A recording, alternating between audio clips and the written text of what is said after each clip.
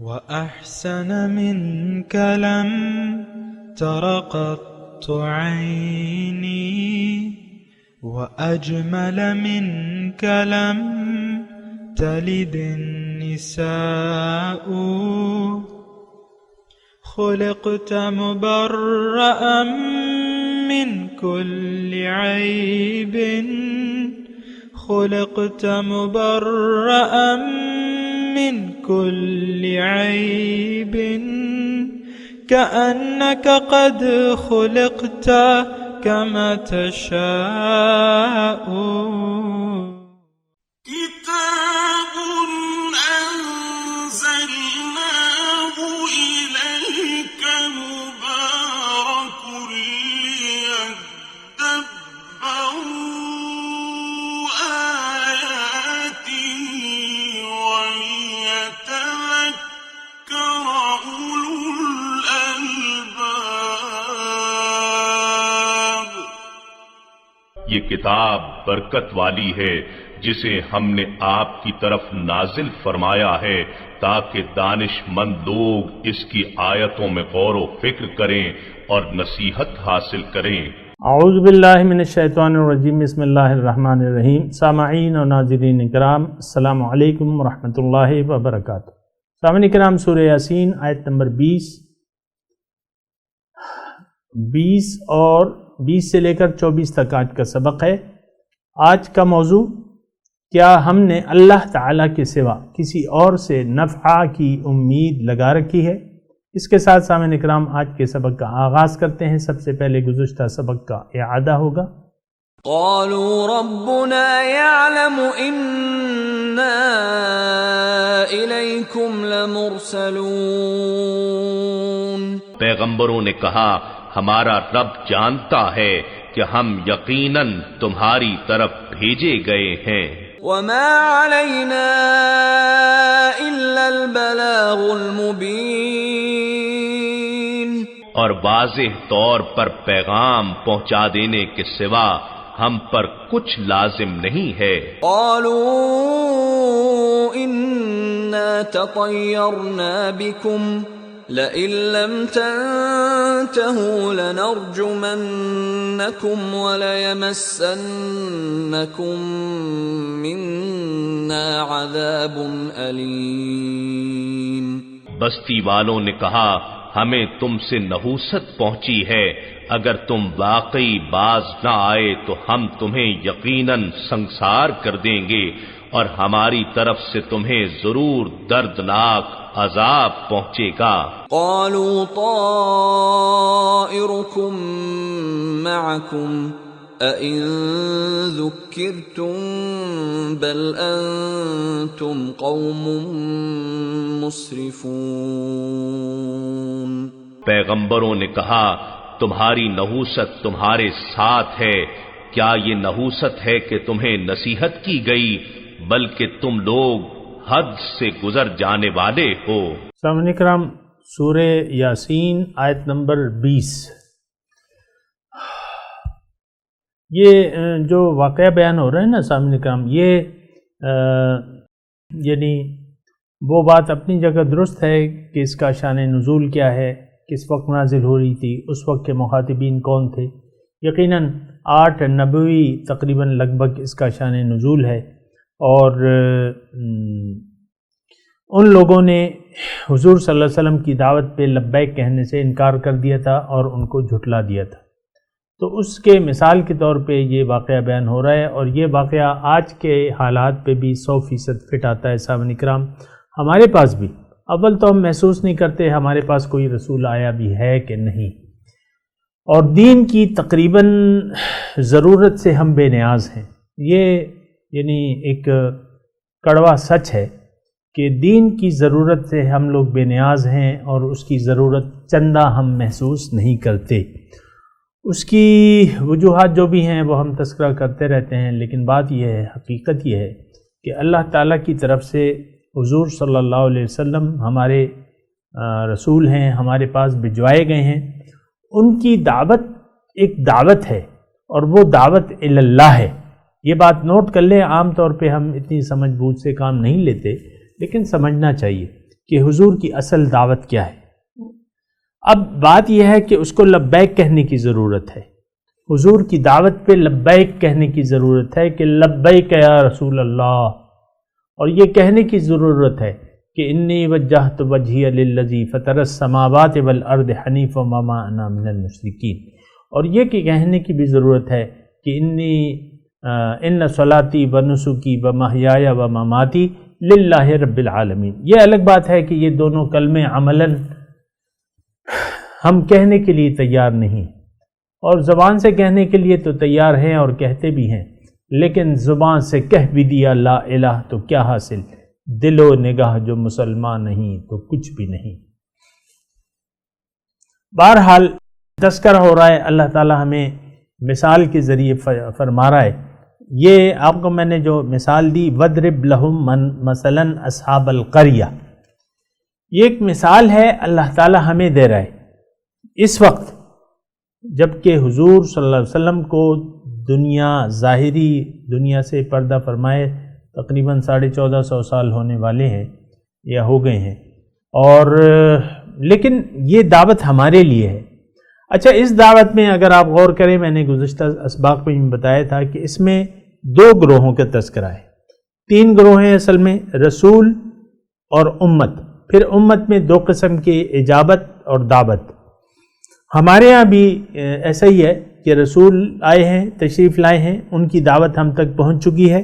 اب ہم میں 2 قسم کے لوگ ہیں، ایک جو دعوت ہے، اور یعنی وہ تو ہم سارے لوگ ہیں نا، دنیا کے سارے لوگ حضور صلی اللہ علیہ وسلم کی امت دعوت ہیں۔ ہم میں سے تھوڑے سے لوگوں نے حضور کی دعوت کو سمجھا ہے اور پھر اس پہ لبیک کہا ہے۔ وَقَلِيلٌ مِّنْ عِبَادِيَ الشَّكُورِ کے تحت جو ہے بہت سے لوگوں نے انکار کر دیا ہے، عملاً انکار کر دیا ہے۔ یہ میں بالکل لگی لپٹی رکھے بغیر آپ کو کہہ رہا ہوں کہ ہم لوگ کان کھول لیں اور سمجھ جائیں اس بات کو کہ ہم جھٹلانے والے ہیں، رسول کے ہم جھٹلانے والے ہیں۔ حقیقت میں رسول کی دعوت پہ ہم نے لبیک نہیں کہا ہے، اللہ ہماری منزل نہیں ہے۔ باطن کو ظاہر پر ترجیح دینے کے لیے ہم لوگ قطعاً تیار نہیں ہیں۔ وہی چال بے ڈنگی جو پہلے تھی سو اب بھی ہے، وہی بے ڈنگی چال ہے۔ دنیا ہمارا مقصود و مطلوب ہے، بن چکا ہے یا بنا ہوا ہے۔ اللہ کی طرف رخ موڑنے کے لیے ہم لوگ تیار نہیں ہیں، اللہ کی دعوت پہ لبیک کہنے کے لیے تیار نہیں ہیں۔ یہ الگ بات ہے کہ آپ حج پہ چلے جاتے ہیں، عمرے پہ چلے جاتے ہیں، وہاں یہاں سے آپ عمرہ باندھ کے آپ سے زبردستی کہلوایا جاتا ہے، ایک بار کہنا تو واجب ہے نا، لبیک اللہم لبیک لبیک لا شریک لک لبیک ان الحمد والنعمت لک والملک لا شریک لک۔ وہاں بھی آپ لوگ بعض اوقات آپ لوگ اہتمام کرتے ہیں، حج میں جاتے ہیں، سارا ایک سا ماحول ہوتا ہے، بل لبیک زور زور سے لبیک کہتے ہیں۔ میں کہتا ہوں ٹھیک ہے، کہنا چاہیے، لیکن زبانی طور پہ لبیک کہنے سے کیا فائدہ؟ یہ تو مطلب ایک کار فضول سا ہے۔ آپ مطلب زبانی طور پہ لبیک کہتے ہیں، عملی طور پہ ہم میں سے بہت سے لوگ لبیک کہنے کے لیے تیار نہیں ہیں، نہ اس لبیک کے معنی کو سمجھنے کے لیے تیار ہے کہ لبیک کیا چیز ہے۔ یہ تو نہیں کہ صرف اللہ تعالیٰ ہمیں اپنے گھر کی طرف بلا رہا ہے تو ہم نے چلو 2-4 لاکھ روپے لگا کے جو ہے وہ حج کر لیا، یا 1.5 لاکھ روپے لگا کے جو ہے وہ عمرہ کر لیا اور وہاں جا کے لبیک کہہ دیا، یا یہاں سے جہاز میں بیٹھتے ہوئے جو ہے نا وہ لبیک، اور خواتین بھی بامر مجبوری جو ہے لبیک کہہ دیتی ہیں۔ ایسی بات نہیں ہے سامنے۔ یہ دین جو ہے، یہ ایک بات نوٹ کر لیں، یہ ہمارا دین جو ہے یہ عملاً دین عملی ہے، لفظی طور پہ کہہ دینے سے کچھ بھی نہیں ہوتا ہے۔ مثال کے طور پہ میں مردان میں ہوں اور جاتا ہوں، میرا کام جو ہے راول پنڈی میں ہے، اسلام آباد میں ہے، اور یعنی یہ کہتے ہوئے کہ میں نے اسلام آباد جانا ہے، میں لاری اڈے چلا جاتا ہوں، وہاں جو گاڑیاں ہیں، اور میں زبان سے کہہ رہا ہوں کہ بھئی اسلام آباد جانا ہے، میں نے اسلام آباد، پھر میں بیٹھ جاتا ہوں سوات کی گاڑی میں، کیونکہ کوئی آواز لگا رہا ہے کہ بھئی سوات چلو اور کرایہ جو ہے ہم آپ سے نہیں لیں گے، مفت لے جائیں گے، تو مجھے وہ بات اٹریکٹ کرتی ہے اور میں سوات کی گاڑی میں جا بیٹھتا ہوں۔ بالکل اسی طرح ہے تقریباً صورتحال کے سامعین اکرام، دنیا کی گاڑی میں شیطان جس کا ڈرائیور ہے ہم اس میں بیٹھ چکے ہیں۔ شیطان ہمیں کہہ رہا ہے کہ دنیا چلو، دنیا کو لو، دنیا جمع کرو، دنیا کی فکر کرو، اور دنیا جمع کرو، یہ بہت فائدے کی چیز ہے، شیطان ہمیں کہہ رہے ہیں۔ ہم اس کی آواز پہ لبیک کہہ دیتے ہیں کہ لبیک یا شیطان، زبان سے نہیں، عملی طور پہ لبیک یا شیطان۔ ٹھیک ہے یار، یہ سونے چاندی کے ہار ہیں، یہ چمکتی دمکتی گاڑیاں ہیں، یہ محلات ہیں، یہ اونچے کاروبار ہیں، چلو بھئی یہ چلو۔ یہ بہت بے وقوفی کی بات ہے۔ ہم دنیا میں آئے ہیں آخرت کا سودا کرنے کے لیے، جنت کا سودا کرنا ہے ہم نے، اور جنت کے لیے محنت کرنی ہے، جد و جہد کرنی ہے۔ رسول ہمیں کہتے ہیں کہ جنت چلو، اللہ تعالیٰ ہمیں کہتا ہے کہ جنت چلو، سارعوا الی مغفرۃ من ربکم وجنۃ عرضھا کعرض السماء والارض۔ اے لوگو جلدی کرو رب کی بخشش اور اس کی جنت کی طرف، جس کی عرض جو ہے وہ زمین اور آسمان سے بڑا ہے، لیکن ہم اللہ کی لبیک پر کان نہیں دھرتے۔ کہنا یہ چاہیے ہمیں کہ لبیک اللہم لبیک، ہم حاضر ہیں، میری جان و مال تو آپ کے لیے ہیں، ان صلاتی و نسکی و محیایا و مماتی للہ، ہاں رب العالمین ہی میرا مقصود ہے، اور میری تمام بدنی عبادات اور قربانیاں، میری زندگی میری موت اللہ کے لیے ہے جو کہ رب العالمین ہے۔ یہ کہنا چاہیے، لیکن ہم یہ کہنے کے لیے ہرگز تیار نہیں ہیں۔ بہرحال اس واقعے کی طرف آتے ہیں۔ یہ واقعہ جو ہے اس میں 3 فریق ہیں، ایک رسول ہے، اور ایک امت دعوت کا حال ہے، اور ایک امت اجابت کا حال ہے۔ اللہ تعالیٰ ہمیں یہاں کہنا چاہتا ہے کہ دیکھو، یعنی اس واقعے میں سبق یہ ہے، بجائے اس کے کہ ہم اس مشگافیوں میں پڑ جائیں کہ یہ کون لوگ تھے، یہ کون سی قوم تھی، یہ اس کا نام کیا تھا جو کہ ایمان لے آئے، اس کا نام کیا تھا، چھوڑ دیں ان ساری باتوں کو، نہ کیا کریں ایسا، سبق لیں، عبرت لیں۔ تو میں یہ کہہ رہا ہوں کہ اس جو واقعہ اللہ تعالیٰ ہمیں بیان کر رہا ہے، اس میں عبرت یہ ہے، اللہ تعالیٰ فرما رہا ہے کہ دیکھو، اگر تم نے میری بھجوائے ہوئے رسولوں کی دعوت کو جھٹلا دیا تو تم پہ عذاب آئے گا، اگر تم نے مان لیا۔ اب ظاہر ہے جھٹلانے والی قوم سب ایک تھی، یہ ایک فرد واحد تھا جو ایمان لے آیا تھا۔ ابھی اس کا واقعہ آ رہا ہے، میں آپ کو تمہید مان لوں۔ تو اس واقعے میں سامعین کرام دو فریقوں کا تذکرہ ہے، اور دونوں کا پھر انجام بھی بتایا جا رہا ہے، اور اس میں عبرت یہی ہے، اور ہم نے یہ عبرت یہ حاصل کرنی ہے، اور یا یہ ہے کہ ہم نے اپنے منزل کا تعین اس عبرتناک واقعے کو دیکھ کے کرنا ہے۔ اللہ تعالی ہمیں دونوں جو جانبین ہیں، یعنی ایمان لانے والے اور ایمان نہ لانے والے، ان دونوں کے انجام سے ہمیں آگاہ کر رہا ہے۔ اب جو انکار کرنے والے ہیں ان کی یہاں تک بات چیت ختم ہو گئی، آیت نمبر 19 تک، یعنی جن لوگ پیغمبر آئے اور قوم نے انکار کر دیا، آیت نمبر 19 تک ان کا سوال و جواب اور تذکرہ ختم ہو گیا، اور یہ کہہ دیا گیا کہ بل انتم قوم مسرفون۔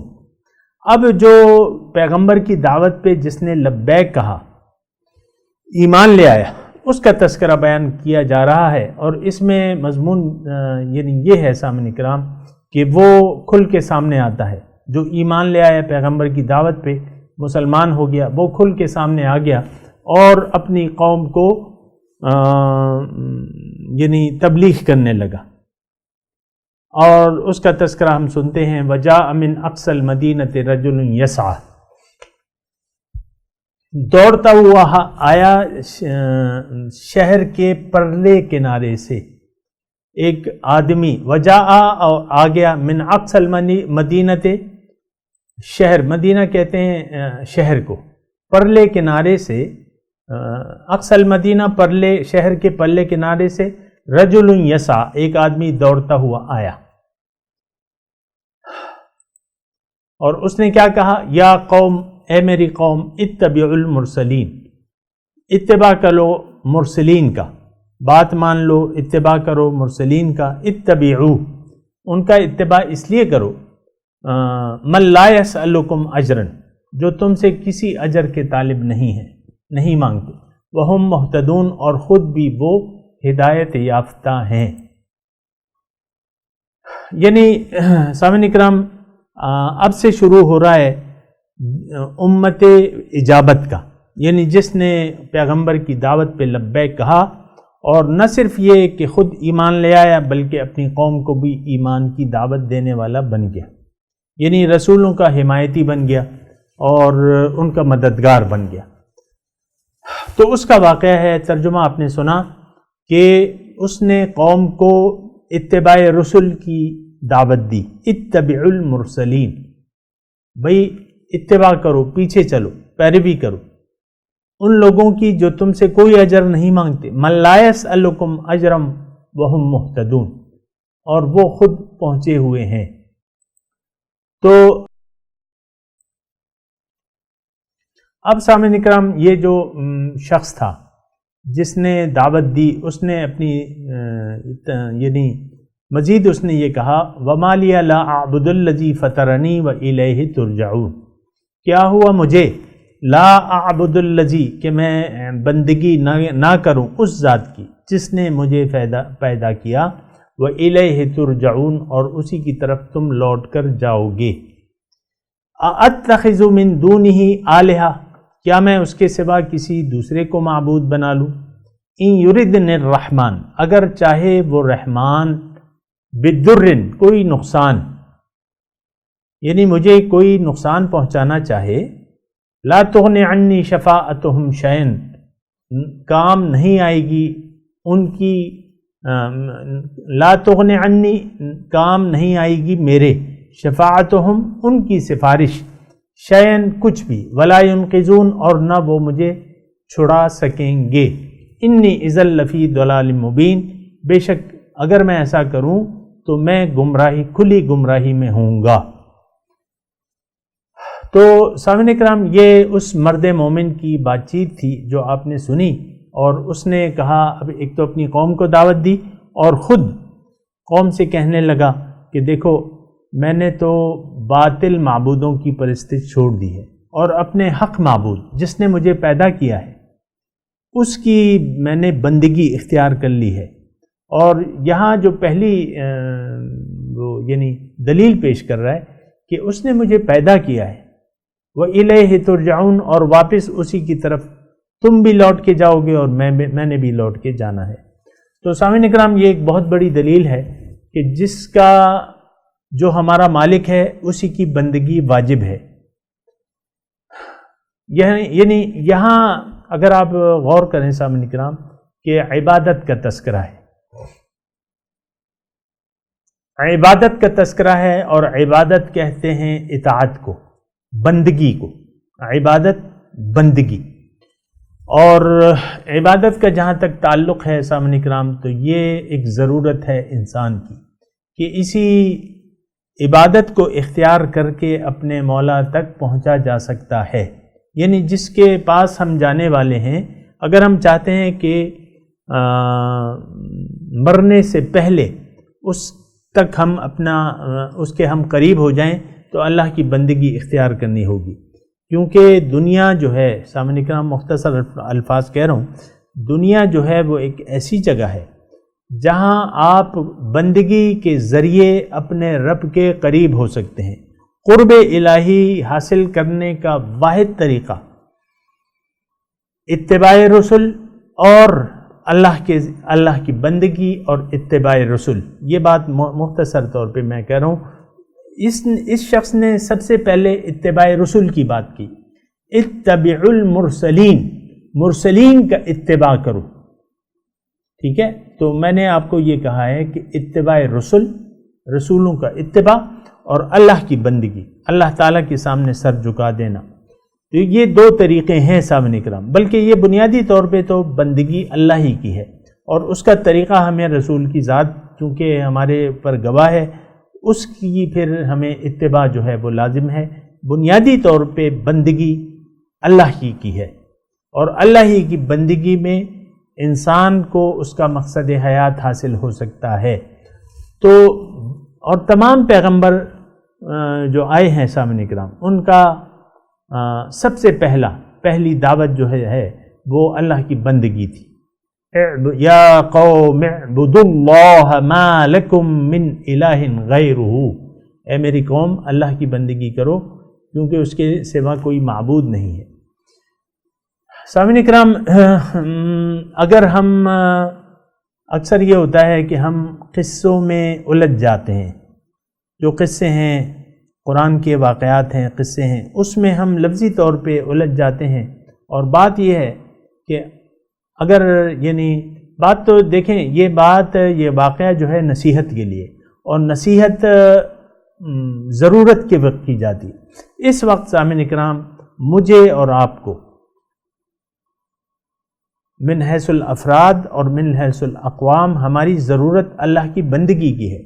ہم نے اللہ کے سوا جو ہے ما سوا اللہ کے سامنے سر جھکایا ہوا ہے، اپنی خواہشات ہیں، دنیاوی رسم و رواج ہیں، اور بس دنیا ہے، ظاہر دنیا کے سامنے ہمارا سر جھکا ہوا ہے، اور اسی کو وہی ظاہر ہی ہماری ترجیح بن چکا ہے۔ لیکن بات یہ یہ طریقہ ایسا ہے جو ہمیں تباہی کے گھڑے میں لے جا کے ڈال دے گا۔ ایسا نہیں ہونا چاہیے۔ ہماری جو کامیابی کا راستہ ہے وہ اللہ کی بندگی کا راستہ ہے، اور اللہ کی بندگی ابھی تفصیل سے اس کی بات آئے گی کہ اللہ تعالیٰ فرما رہا ہے کہ یا بنی آدم علم اعہد الیکم یا بنی آدم اللہ تعبدوا الشیطان، کیا میں نے تمہیں اے انسان نہیں کہتا ہے کہ تم شیطان کی بندگی نہ کرنا؟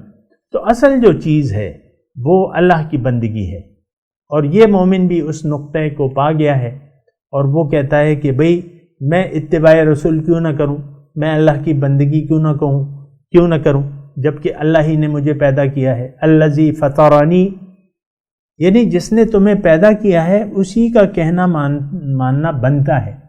اگر ہم اپنے طور پہ سامنے کرام دیکھیں تو ہمیں اللہ تعالیٰ نے پیدا کیا ہے، اس بات سے تو کوئی انکار نہیں کرتا، لیکن افسوس یہ ہے کہ ہم غیر اللہ کی بندگی کرنے لگے ہیں، غیر اللہ کو خوش کر رہے ہیں، ظاہر کی طرف ہمارا رجوع ہو گیا ہے، ظاہر کو ہم نے اصل حقیقت سمجھ لیا ہے، اور ظاہر حقیقت کو ہم نے اپنا قبلہ اور کعبہ بنا لیا ہے۔ یہ بہت غلط بات ہے، اور یہ بہت نقصان دہ بات ہے۔ بندگی اللہ کی، حق اللہ ہے، معبود اللہ ہے، خالق اللہ ہے، مقصود اللہ ہے، محبوب اللہ ہے، اور اللہ ہی کے سامنے سر جھکا دیا جائے، اسی میں ہماری کامیابی ہے۔ یہ دیکھیں رسول نے بھی ہمیں بلاغ المبین کہہ دیا ہے، اور یہ مضمون جو ہے قرآن سے بالکل ثابت ہے، اور یہ جو مرد مومن ہے وہ یہی بات کہہ رہا ہے کہ وَمَا لِيَ لَا أَعْبُدُ الَّذِي فَطَرَنِي وَإِلَيْهِ تُرْجَعُونَ، اسی کی بات، یعنی دلیل سے یہ بات کہہ رہا ہے کہ بھئی جانا کہاں ہے؟ یا تو دنیا میں کوئی ایسی ہستی ہے جس کے سامنے ہم سر جھکا دیں اور موت کے بعد بھی اس کے پاس چلے جائیں، ایسی تو کوئی بات نہیں ہے۔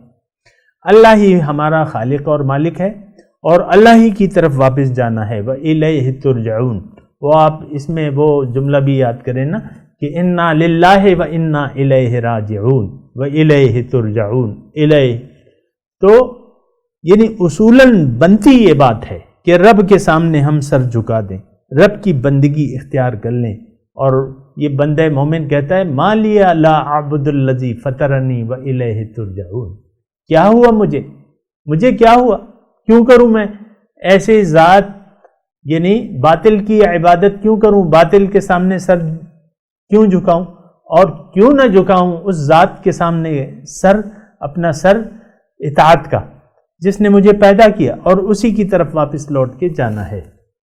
تو اَأَتَّخِذُ مِن دُونِهِ آلِهَةً، کیا میں بنا لوں اس کے سوا کوئی اور معبود؟ اب یہاں ایک نقطہ یہ بیان کر رہا ہے، ترجمہ تو آپ نے سن لیا کہ بھئی رحمان اگر مجھے کوئی تکلیف پہنچانا چاہے تو اس تکلیف سے مجھے کوئی نہیں نکال سکتا۔ لا تغنی عنی شفاعتہم شیئا ولا ینقذون، یہ نہیں، دیکھیں ایک بنیادی نقطہ ہے اور یہ ہمارے لیے ہے. میں نے آپ کو کہا نا کہ یہ آیت، یہ قصہ یہ ہمارے لیے ہے. ہم نے بھی اللہ کے سوا اور ہستیوں کو فائدہ دینے والا سمجھ لیا ہے یا نقصان دینے والا. اب دیکھیں پیسہ ہمارا معبود اور مقصود بن گیا ہے. کیوں کہ اس کو حاصل کر لیں تو یہ ہمیں فائدہ دے گا، نہیں ہوگا تو نقصان ہو جائے گا. ہاں یہ کہتے ہیں نا پیسہ خدا ہے آج کل. تو اب خدا یہ ہے کہ اس سے ہم نے فائدے جو ہیں وابستہ کر لیے ہیں اور نہ ہونے کی صورت میں ہم سمجھتے ہیں ہمارا. تو بس آج دیکھیں یہ پاکستان میں جو رشوت ہے اور کرپشن کا جادو جو ہے سر چڑھ کے بول رہا ہے، وہ کیوں کہ اس کو ہم معبود نافع سمجھتے ہیں، پیسے کو نافع سمجھتے ہیں. تو ہائے پیسہ، ہائے پیسہ، ہائے دنیا اور ہائے دنیا. ایسی بات نہیں ہے. اللہ تعالیٰ دیکھیں، یہ تو ابھی میرے پاس وقت کم ہے، لیکن اللہ تعالیٰ اگر آپ کو نقصان پہنچانا چاہتا ہے، کوئی بیماری آ جاتی ہے، بینکرپٹ ہو جاتے ہیں، آپ کی سمجھ میں نہیں آتا کہ کیا کریں. بیماری اگر اللہ تعالیٰ نہ چاہے تو آپ کو شفا نہیں مل سکتی، کوئی باطل چیز آپ کو شفا نہیں دے سکتی. اور یہ اگر کوئی شخص ایسا کر رہا ہے، یعنی غیر اللہ کے کسی کو فائدہ مند یا نقصان دینے والی چیز سمجھ رہا ہے، تو وہ واضح گمراہی میں ہے. یہ مضمون ہے اس آیت میں. سامعین اکرام، میں تلاوت کرتا ہوں، میرے ساتھ دہرائیے. اور میں یہ بھی کہہ دوں کہ آج ہم نے یعنی ایک سپارہ ختم بھی کیا ہے اور دوسرا سپارہ شروع بھی کیا ہے. کل انشاءاللہ آپ لوگ اپنے اپنے، اگر آپ اس کے مستقل قاری ہیں، سننے والے ہیں، تو اپنے اپنے گھروں میں شکرانے کے طور پہ کچھ نہ کچھ اس کا اہتمام ضرور کیجیے. اعوذ باللہ من الشیطان الرجیم، بسم اللہ الرحمن الرحیم. وجاء من اقصى المدینة رجل یسعى. ترجمہ سنا دیں، وقت کم ہے. آیا پرلے شہر کے پرلے حصے سے ایک آدمی یسعى دوڑتا ہوا. قال یا قوم اتبعوا المرسلین. اس نے کہا اے میری قوم، پیروی کرو رسولوں کی، کہنا مان لو ان کا. اتبعوا من لا يسألكم اجرا وهم مهتدون. پیروی کرو ان ہستیوں کی جو تم سے کسی اجر کے طالب نہیں ہیں اور وہ خود پہنچے ہوئے ہیں. وما لي لا اعبد الذي فطرني. کیا ہوا مجھے کہ میں عبادت نہ کروں الذی فطرنی، جس نے مجھے پیدا کیا. وإلیہ ترجعون، اور اسی کی طرف واپس لوٹنا ہے. اتخذ من دونہ آلہہ، کیا میں بنا لوں اس کے سوا اور معبود. ان یردنی الرحمن بدر، اگر چاہے رحمان میرے بارے میں کوئی نقصان. لا تغن عنی شفاعتهم شیئا ولا ينقذون، کام نہیں آئے گی، تو ان کی سفارش میرے کام نہیں آئے گی کچھ بھی. ولا ينقذون، اور نہ وہ مجھے اس عذاب سے، کسی بھی عذاب سے چھڑا سکتے ہیں. انی ذل فی ضلال مبین، بے شک میں اس وقت گمراہی میں ہوں کھلا. اب ان آیات کی تلاوت اور ترجمہ سنتے ہیں. وجاء من أقصى المدينة رجل يسعى قال يا قوم اتبعوا المرسلين. Then a man came running from the remotest part of the city. He said, O my people, follow the messengers. اتبعوا من لا يسألكم أجرا وهم مهتدون. Follow those who ask you of no wage and are themselves guided. وما لي لا أعبد الذي فطرني وإليه ترجعون. and why should I not worship him who created me and to whom you will be returned? أأتخذ من دونه آلهة إن يردني الرحمن بضر لا تغن